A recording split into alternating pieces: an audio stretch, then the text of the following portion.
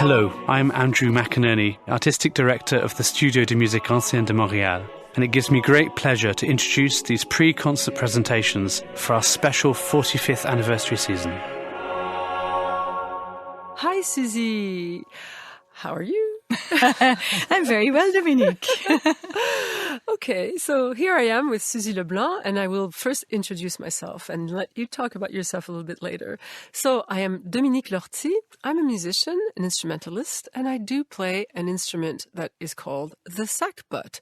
Unfortunate name for such a wonderful instrument, I tell you. I have been really privileged to play with the Studio de Musique Ancienne de Montréal called SMAM since 1984.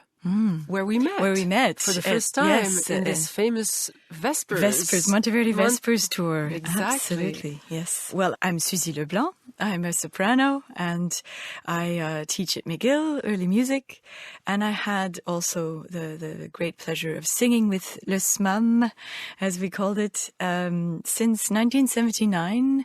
That was my first gig with SMAM, and I continued to sing regularly for about 5-6 years, and then came back often as a guest as my career took me to Europe. But I would love coming back, and working with Christopher was always a great pleasure. Oh, yes, and a great pleasure for us to listen to you. Oh, my God.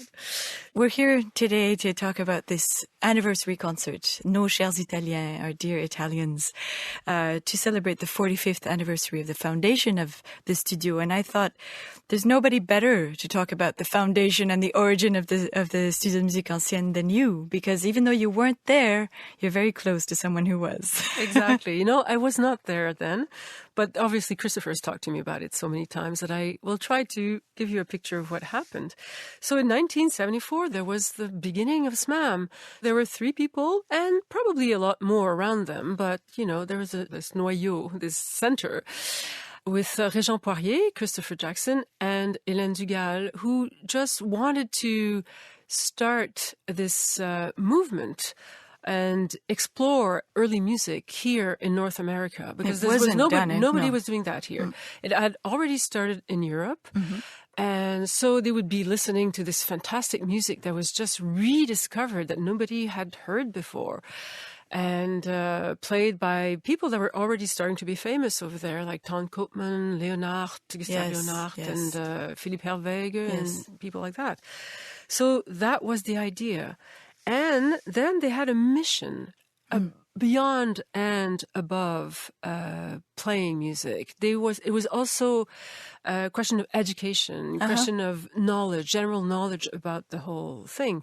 Like, for instance, they had started also in those days the publication of a little journal called Le Tic-Toc Choc. That's a piece by François Couperin, exactly. Yes, that's a piece by François Couperin.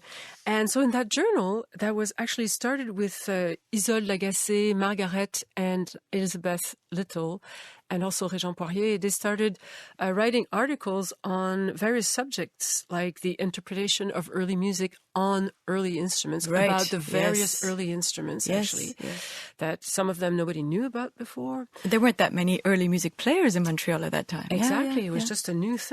And about the new records that were coming out, and all sorts of analysis, criticism, and articles written by various musicologists. Wonderful. Well, how long did it was it published? Well, I guess it started in 1974, or 75 at the beginning, but it ended in 1989, 1990, in that winter. And then there were several directors that took over, and the last one was François Filiatreau, who is still very much involved in the early music world. And in the SMAM. So well with SMAM. So then we had this first concert in 1974, which really involved that with the program was also had Monteverdi and Carissimi, amongst others. And this program on the 3rd of November will be very similar. Yes, some of Christopher's favorite composers, definitely.